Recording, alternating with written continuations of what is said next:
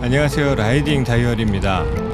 올해로 자전거를 본격적으로 탄 지 4년을 지나서 5년차가 되었습니다. 작년과 재작년에는 영상도 많이 올리지 못했는데 연차만 점점 늘어가는 느낌이긴 합니다. 오늘은 2025년 3월 11일 시즌1 라이딩입니다. 거리는 60.92km, 획득고도는 211m, 자전거를 탄 시간은 2시간 37분입니다. 사실 지금의 영상은 정확하게 이야기하면 시즌1 영상은 아닙니다. 세 번째 라이딩 영상인데 왜 시즌1이라고 이야기하냐면 2월 말에 날이 따뜻한 적이 한번 있었어요. 그때 처음으로 나갔었는데 그때 당시 해가 비치는 곳은 나름 따뜻한 느낌도 들고 좋았습니다. 근데 막상 자전거를 타면 우리가 좀 속도를 내잖아요. 그러다 보니까 너무 춥더라고요. 또 그늘진 곳에서는 아직도 얼음이 얼어있거나 좀 위험한 구간들이 있었고, 그늘진 곳이니까 당연히 더 추운 상황이 벌어지고, 그래서 멀리 가진 못했고 왕복 한 20km 정도 되는 거리만 하고 돌아왔습니다. 맛만 보고 온 거죠. 그리고 지난주 토요일에 지인과 라이딩을 하기로 해가지고 준비하고 있었는데 자전거를 확인하러 가보니까 앞바퀴 뒷바퀴가 다 펑크가 나 있는 거예요. 지인이랑 약속한 시간은 다가오고 앞뒤 다 펑크가 나니까 일단 집에 있는 TPU 튜브 2개를 들고 샵에 가서 얼른 교체를 했습니다. 그래서 지인과 약속한 시간에 조금 늦게 도착해서 라이딩을 같이 하게 됐는데 한 4km쯤 가니까 뒷바퀴가 펑크가 났다라고 이야기해 주시더라고요. 그래서 봤더니 정말 펑크가 났어요. 지금 교체해서 왔는데 또 터졌다. 내가 해도 되는 거 시간 좀 아끼겠다고 샵에 아껴가지고 해왔는데 또 터진 거예요. 그래서 이제 CO2로 바람을 넣어가면서 다시 4km를 돌아서 어쩔 수 없이 라이딩을 포기했죠. 그리고 주말에 자전거를 다시 확인해 보니까 뒷바퀴가 또 펑크가 나 있는 거예요. 그래서 어쩔 수 없이 마지막으로 가지고 있었던 TPU 여분의 튜브를 가지고 교체를 했습니다. 교체하면서 물론 샵에서 교체할 때도 타이어 안쪽의 상태를 많이 확인해 주셨어요. 혹시라도 이물질이 있으면 또 펑크가 나니까. 저도 다시 한번 확인했습니다. 박히거나 튜브를 터뜨릴 만한 그런 요소가 없더라고요. 그래서 튜브를 다시 장착해 놓고 3월 11일 화요일에 라이딩을 하러 간 거죠. 마지막으로 갈 때도 타이어 상태를 확인했습니다. 튜브가 터지지 않았다라는 생각을 가지고 이제 간 거죠. 오늘 영상은 영월의 한반도면이라고 하는 곳에서 출발해서 평창까지 다녀오는 코스인데 이 코스를 가는데 굉장히 편합니다. 대부분 평지에 가깝고 획득고도도 별로 되지 않아서 편하게 갔다 올 수 있는 코스입니다.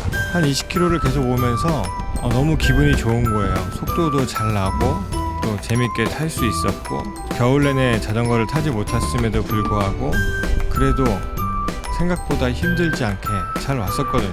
그래서 평지에서 한 30에서 35 사이로 쭉 왔던 것 같아요. 거의 모든 평지에 오늘 잘 나간다, 너무 좋다 이러면서 왔는데 보니까 뒷바퀴가 또 펑크가 나 있는 거예요. 또 터졌어?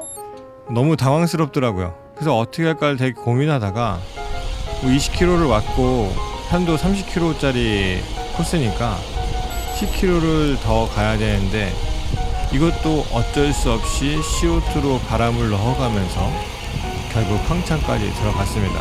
이 TPU 튜브 3개가 한 번에 다 날아간 거예요. 돈도 돈이지만 TPU 튜브에 대한 신뢰도가 막 떨어지는 거죠. 교체한 3개는 모두 새 거였고 2개는 박스에서 뜯지도 않았던 거였습니다. 하나는 자전거에 비치한 거여서 박스는 뜯겨 있었지만 2개는 박스를 뜯지도 않았었는데 이게 다 터져버린 거예요. 그리고 구입한 지는 1년이 되진 않았지만 벌써 몇 개월 지났기 때문에 이게 처음부터 튜브에 문제가 있었던 것인지 아니면 보관하는 과정 속에서 뭔가 처음부터 불량이 되어 있긴 했겠죠. 그 보관하는 과정 속에서 뭔가 잘못돼서 펑크가 난지 모르겠는 거예요. 초기 불량인지 보관 중 불량인지를 모르겠는 거죠. 어쨌든 그렇게 가지고 있는 게 다 터져버리니까 신뢰도가 떨어져 버린 거예요. 제가 이전에 낙차하는 영상도 쇼츠로 한번 올렸었는데 그때도 앞바퀴가 그냥 주행 중에 터져버렸었거든요. 물론 언제든지 튜브가 터질 수 있는 환경이 될 수 있겠지만 이게 너무 자주 터지니까 신뢰도가 너무 떨어지더라고요. 그래서 TPU를 포기해야 되나 이런 생각도 들고, 지금도 앞바퀴는 TPU 튜브로 되어 있는데 고민입니다. 당장 바꾸진 않겠지만 그거 터지면 아예 TPU를 포기할까 이런 생각도 가지고 있어요. 그래서 한 가지 이런 문제를 좀 겪었고, 그리고 나서 식사를 좀 간단하게 하고 평창에 있는 자전거 샵을 이제 검색을 해봤어요. 자전거 샵이 맵에서는 이제 삼천리 자전거밖에 검색이 안 되더라고요. 거기 갔더니 그 작은 도시의 삼천리 자전거는 생활 자전거를 위주로 하기 때문에 거기에 맞는 튜브가 없는 거예요. 혹 있다 치더라도 이 림 높이가 있는 그 꼬다리가 긴 튜브가 없을 가능성도 있죠. 그래서 거기 사장님이 우리 이거 구비 안 하고 있으니까 저쪽에 샵이 하나 있다, 저쪽으로 한번 가봐라, 그렇게 말씀하셔서 그쪽으로 갔는데 한동안 못 찾았습니다. 눈에 잘 띄지 않는 그런 모습으로 있는 샵이었어요. 튜브를 이제 교체를 하는데 이 뒷바퀴를 빼는 과정이 좀 불안불안했어요. 이 스프라켓하고 변속기가 걸려가지고 막 억지로 막 밀어가지고 빼시더라고요. 되게 찝찝했어요. 저러다가 저 틀어지면 또 갈 때 개고생해야 되는데 뭐 이런 생각을 많이 했죠. 그 다음에 다시 장착하는데, 장착할 때도 마찬가지죠. 뭐 스프라켓이랑 변속기에는 톱니랑 또 걸려가지고 또 억지로 껴서 넣습니다. 근데 뭐 교체는 했으니까 어떻게든 되겠지 생각하고 계산하고 나왔는데, 바로 타고 나가면서 변속을 하니까 변속이 안 되는 거예요. 뒤쪽 변속기가. 그래서 바로 샵에 들어갔죠. 그래서 이게 이럴 리가 없는데 라고 이야기하시면서 그런 뉘앙스 있죠.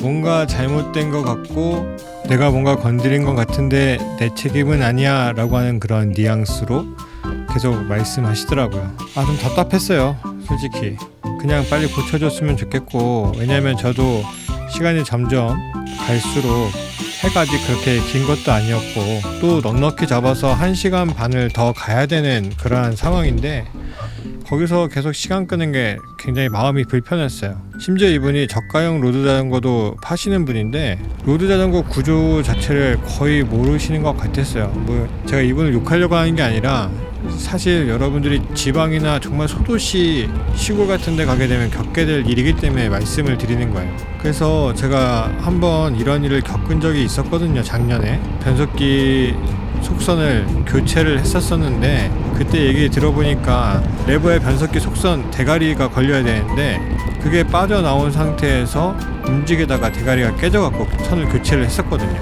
이번에도 안 되는 걸 봤을 때는 최소한 이 변속기 속선이 대가리가 빠졌다라고 생각해 볼 수 있었거든요. 그래서 제가 말씀드렸어요. 이거 빠진 것 같다 라고 말씀드렸는데, 타이어 튜브 교체할 때도 좀 제 말을 계속 안 듣고 하는 부분도 있었는데, 이번에도 아무리 그렇게 얘기해도 엉뚱한 데만 계속 쳐다보는 거예요. 저도 사실 그 변속기 속선이 어디 붙어있는지 정확히 몰랐거든요. 후드를 앞에를 뒤집는 게 아니라 뒤에를 뒤집어야 변속기 속선이 보이더라고요.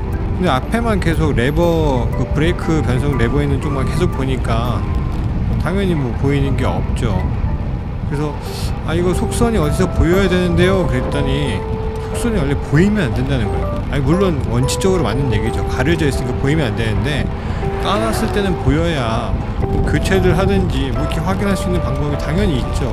근데 끝까지 말을 안 들으시다가 결국 자기도 유튜브를 찾아보고 유튜브에 있는 방법대로 이렇게 하려고 하는데, 뒷변속기 속선을 건드려 놔가지고 이게 안 맞는 거죠. 균형이 깨져 있는 거죠.